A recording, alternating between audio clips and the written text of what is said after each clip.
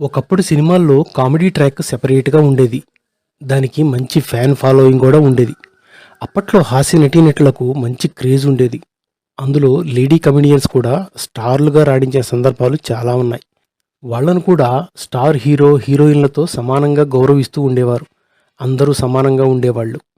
అలాంటి lady star కమెడియన్లో Girija గారు ఒకరు. ఆమె పలు సినిమాల్లో హీరోయిన్గా నటించి ఆకట్టుకున్నారు. ఎన్టీఆర్, ఏఎన్ఆర్, రంగనాథం, శివాజీ గణేశన్, జగ్గయ్య లాంటి హీరోలతో సినిమాల్లో నటించి ఆకట్టుకున్నారు. ఆ తర్వాత కమెడియన్గా భారీ పాపులారిటీ దక్కించుకున్నారు గిరిజ గారు.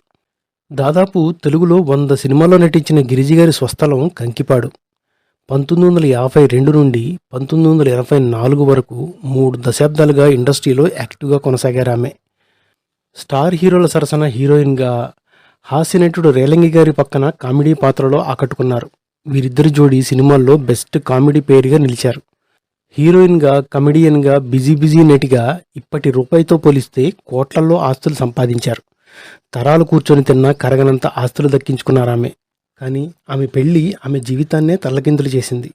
గిరిజ గారు సినిమా దర్శకుడైనటువంటి సి సన్యాసిరాజు ఆయన్ని వివాహం చేసుకున్నారు.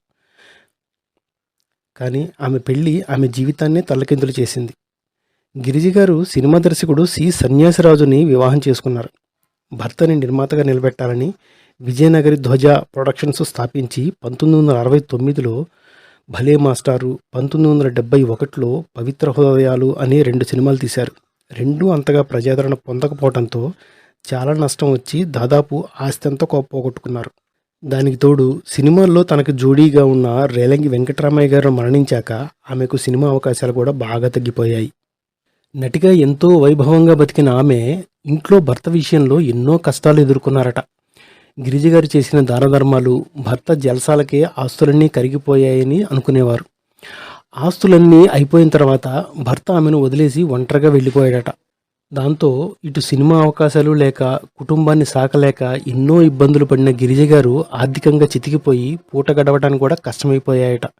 చివరికి 50 రూపాయలకి, 100 రూపాయలు కూడా ఇతరుల వద్ద చేయి చాచాల్సిన స్థితికే వచ్చేశారట ఆమె.